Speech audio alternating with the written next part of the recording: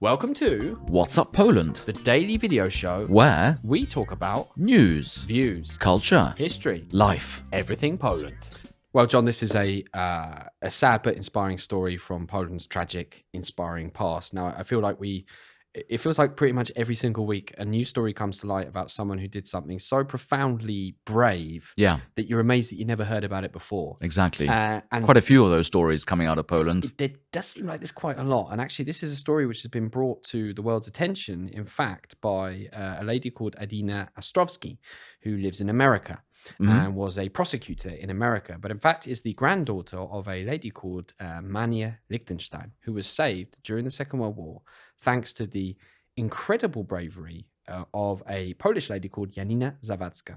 So I'll do a little bit of background for you. But as you know, these stories are quite common in Poland. Poland, for example, is the country with the most number of so-called righteous among the nations. Absolutely. Awarded. And there's a reason for that. There truly is. And indeed, this lady, Janina Zawadzka, has been awarded, as of November 2020, the title of, it's an amazing, prestigious title, Righteous Amongst the Nations by the Institute of Yad Vashem. So I'll do a little bit of background. Janina Zawadzka actually saved the lives of Mania and her cousin Popa. And it's quite incredible story because what it is a little place called Włodzimierz, which is now in Ukraine, but was once part of Poland. As you know, obviously in 1941, Operation Barbarossa starts. The Germans invade what was then Polish-occupied Soviet Union.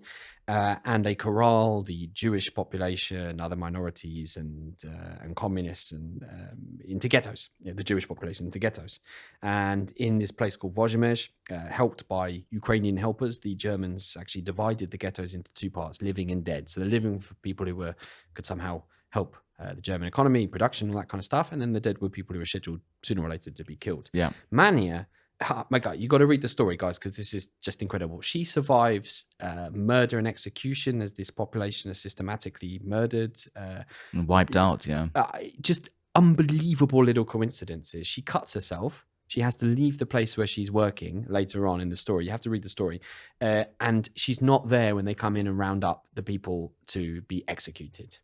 You just literally think you can't make it up, it's can you? just Yeah. unbelievable. And this story is so emotional. I found myself getting very moved. It was actually quite hard for me to read because eventually she escapes this lady called Mania. She escapes this ghetto and she runs to a lady called Janina Zawadzka.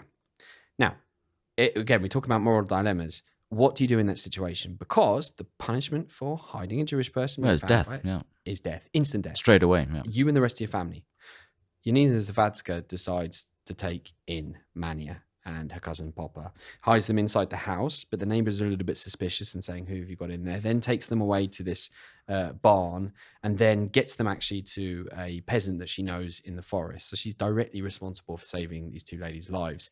And you know the saddest thing about all of this? Yeah. No one really knows what happened to her after the war. They know her name, which is why she's been recognized, thanks to this lovely lady, Irina, in America, who's also written a book. And I went online and the book is really getting rave reviews. It's won awards. People are saying it's a beautiful story. It's Mania's story, but it's also honoring this incredible Polish woman. Absolutely. I don't know about you, but it just makes you wonder how many other amazing heroes like in Zawadzka. Hundreds, if not thousands, I would have thought. I mean, like the Nazi-occupied territories during the Second World War, I mean, they were absolutely massive. And especially when you start thinking about the Kresy, so like the kind of eastern borderlands of Poland, the hinterlands almost, as it's sometimes translated. Forests, you have a very widely dispersed Jewish population. So this story of a peasant living in a forest, you know, how many other houses or peasants or people, you know, living in such conditions were there who were helping the local Jewish population? I'm sure it's, you know, not just this one case. Absolutely. Absolutely. I'm going to be clicking on that link to find out after this video. Yad Vashem have recognized Janina for her bravery, and I'm sure, as you just said, there'll be many more coming out. But for everyone that's found, like Janina, there's probably another 10 that, for whatever reason, didn't survive themselves. A truly inspiring story. And thanks to Adina Ostrovsky, this book is now available. It's called Living Amongst the Dead, and it's a great book. Great. I'll check it out.